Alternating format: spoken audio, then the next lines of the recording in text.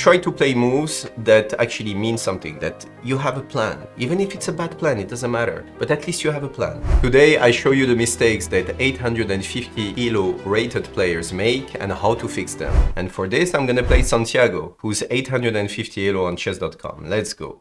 Let's start with the queen pawn opening. He plays d6, and here, so you know what he's doing. You cannot play the Trompowsky already, because otherwise the queen is taking, right? So that's an opening that I like to play. So we're gonna go with c4. And now he makes the first mistake. 850 players make a lot of pawn moves that are mistakes. First of all, this square, you could have put a knight here, and usually what you do is that you start by pushing this pawn instead of pushing this one. Because now I could play a move like this, for instance.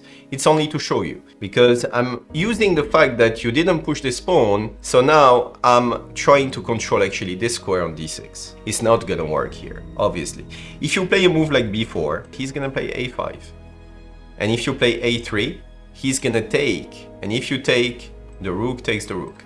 So you have to be careful.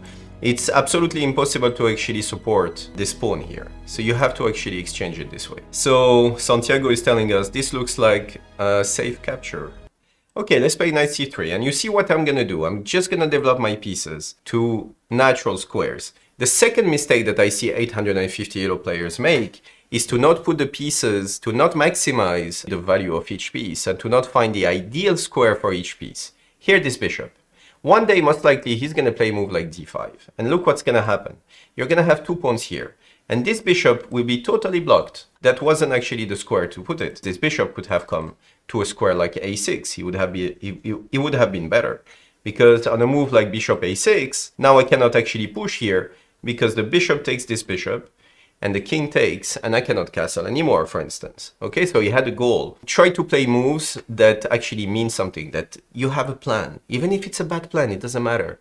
But at least you have a plan, okay? So here what we're gonna do, we're just gonna take the center. This is the center, right? Now he plays another mistake. You see what he's doing. He has this white bishop, right? White square bishop. He's putting all his pawns on white squares. What does it do? It limits instantly the power of this bishop. Now this bishop is just in jail, kind of, right? Don't make too many pawn moves in the opening. Make sure you develop your pieces first. Look, this is at home, all this, yeah? So now, what does he want? You know what he wants. He wants to move like b4. But does he really bother us? Not really. But me, what I'm seeing here, the fact that he didn't develop his knight on f6, I'm gonna try to actually not let him do this. And I'm going to play this move. But this move also has another idea, is that first, he cannot come here.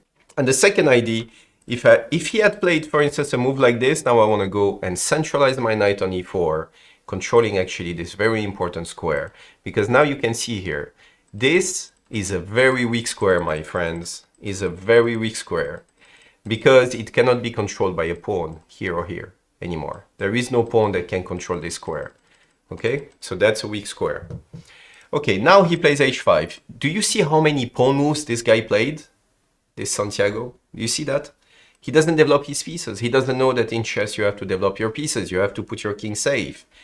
What are we going to do? We're just going to develop our pieces. And you're going to see, you don't have to actually try to punish him super fast, actually. Now, what does he do? Another mistake. Don't play in the opening the same piece twice. If you play, look, I'm just gonna do this. I moved this and this, he moved the bishop, right? So I moved two pieces, he moved one.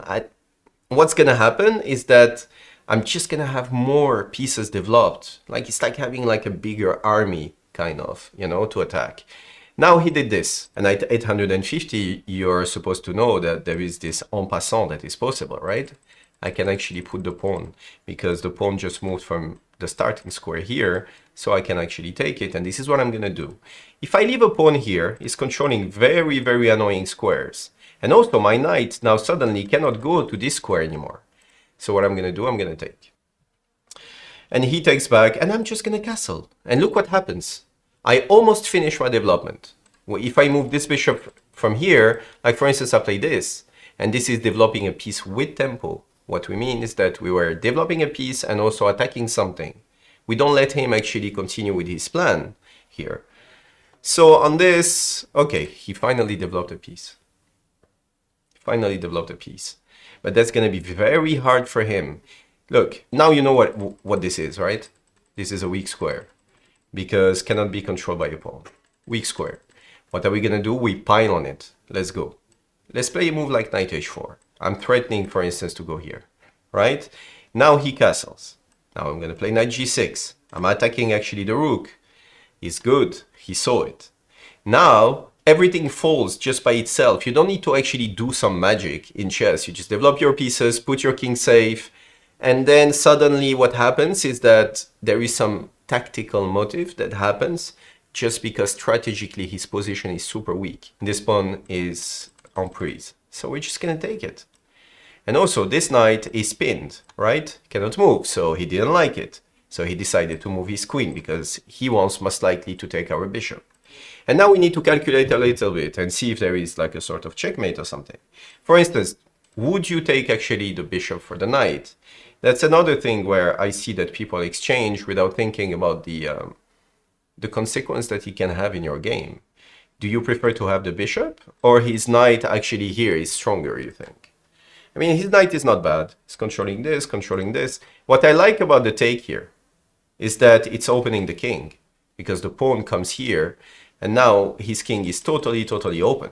So that's what I like. But that's just the first idea. I'm trying to see if I find something better here. No, I kind of like it. Yeah, and now we need to bring the pieces. So the first thing that I see is that the only piece that is bothering me in his position is actually this bishop. He's controlling nice squares here. So what I'm gonna do, I'm gonna reduce basically I'm kind of like reducing the scope of this bishop. And now he's attacking our knight. And he's also attacking this. So the move here is to play this. So at least you do not have this move, bishop takes rook, right? That's what you have to see. It's a double attack because it's a discovery, attack on the rook, and at the same time he's attacking the knight. So the move that you can play is this. But now you may think, okay, this is the passive option in a way. And now I'm thinking, can I find like a checkmate with playing something like this? And then if he takes, and I go here, I don't think so, right? Because it's not going to be enough. Because for some reason, the pieces here are not that well placed. And I think at the end, he just has to bring a queen, for instance, to this square. And he's going to defend against like the checkmates and stuff. So I don't want to sacrifice. I'm just going to play the knight here. Safe option, safe option. You see what he's doing again? He just put the queen here. Now he puts it here. He just moves again the piece twice. His development wasn't even finished. This knight is still at home, basically. Most likely he played this because he wants to put maybe the knight here and maybe come and protect actually his king. Now we need to bring the pieces. And now you start looking, okay, what do I want here? I want to checkmate this guy, right? I want to checkmate this guy. How am I going to do it? Either like this. That's one option. Or I can actually have this one and I bring the queen. That's also an option. And I prefer actually this one. And now when he plays this is kind of a big mistake because he should have seen that when I put the queen here, what happens is that he cannot cover. Because he put the knight here, he cannot cover anymore with the queen. So I may have some discovery, basically check everywhere. Let me show you. I put the queen here. Now you see what's happening. Whenever this knight moves, yeah, now he's just playing basically, yeah, just to play. So now there must be like some checkmate very quickly. I guess you need to basically analyze the discovery checks. So I'm thinking knight here. That's the first move. So what happens on knight e5? And he goes, let's say, to f8. Then we can play a move like queen g6, because the knight is here, right? In our variation. So I can play queen g6 and I threaten actually checkmate here. He can play, for instance, knight takes knight. But to be honest, after pawn take, that's going to be extremely tough for him.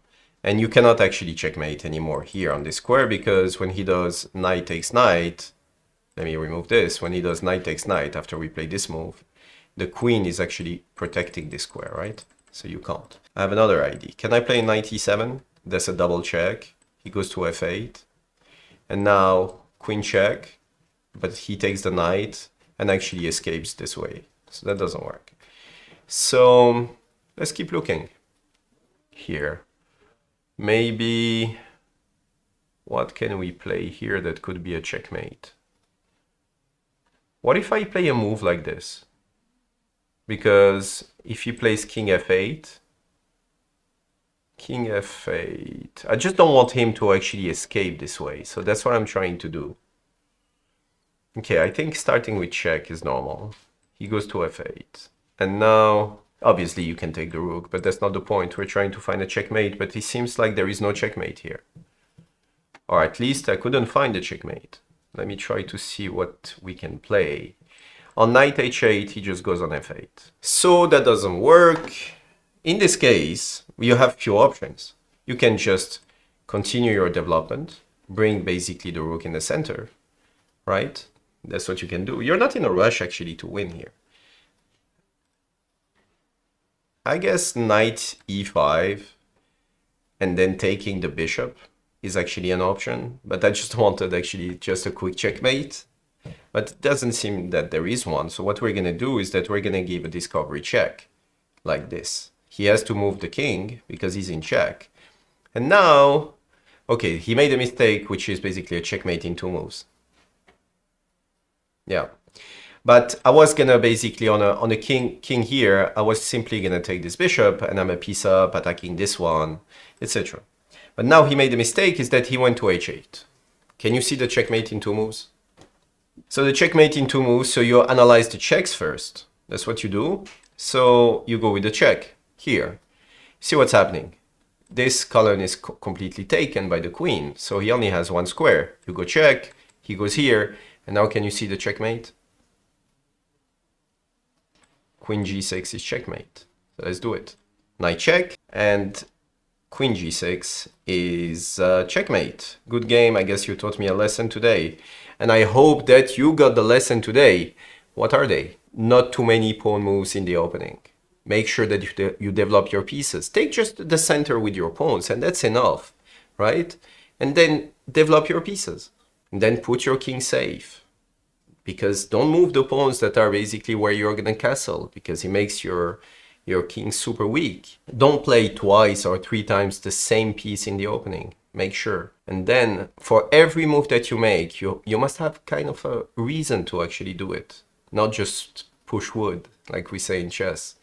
You know, which is, we all actually get home and we just want to push wood and we spend the day at work thinking too much and dealing with problems. So what we want is just, you know, just pushing wood.